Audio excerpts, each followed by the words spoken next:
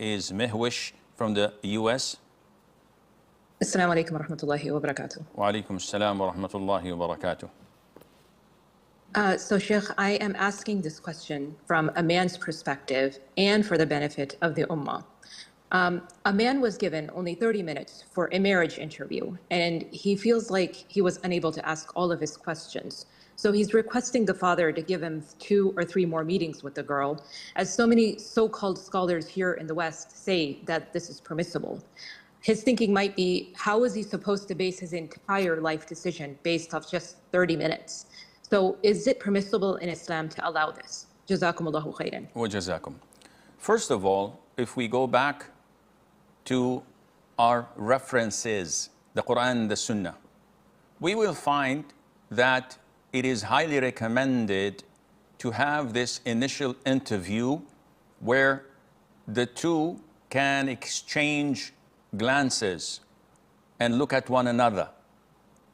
And this was explained in the hadith of the Prophet ﷺ when he said, "Did you look at her?" And the companion said, "No." He said, "Well, go back and look at her, because the Ansar have something in their eyes, which means that it may put you off. So instead of going through the marriage and the whole 9 yards and then end up looking at her and not liking what you see, no. Islam puts this interview for them to look at one another. As mentioned in another hadith, the Prophet recommended this and said whoever is interested in marrying someone, he should look at her, because this would put some love, some attraction, some chemistry between them. So the purpose of this initial interview is to find that there is no resentment, that there is some sort of attraction and chemistry between them. It's just the look. So when you sit with someone, you sit with them with the intention to look at them and see whether you like what you see or not. Some people, subhanallah, the moment they look at those whom they're proposing to, whether man or woman, they find resentment and dislike, discomfort. So khalas, they pull the plug in, it's over. While others, and this is the vast majority of people, find some sort of attraction, not only physically, but it is a face you feel comfortable with, the personality, the vibes you're getting is positive.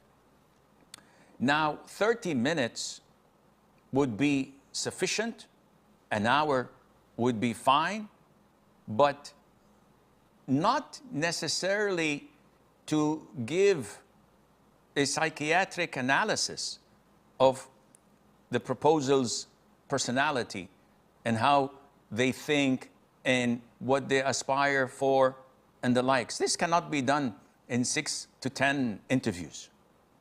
And shaitan keeps on dragging it. So what's mentioned in the Quran and the Sunnah is to find the chemistry by looking. Nowhere we find in the Sunnah that you have to chit-chat, you have to investigate, you have to give a questionnaire so that you would know how they're thinking or where they're coming from. No, this is not found in Islam. And through practice, a person would never get enough. So even if he sits for the second time, and the third time, and a fifth time, there still are some corners of the suitor's life that were not investigated yet. So we need some more time. This is destructive rather than constructive. The woman would feel bad about this because she would be thinking that he just wants to take another look, as if he is observing an item he wants to buy. And that's legit. Yes, if the suitor says, "Wallah, I was so shy," and I've seen this. He's looking down all the time. He was so shy from the father and from the girl and from the whole situation. He's so innocent. After the meeting was over, did you like what you see? I don't remember anything. What do you mean? I didn't take a good look. I was so shy to look because her father was addressing me and talking to me, and I didn't get a good chance to look.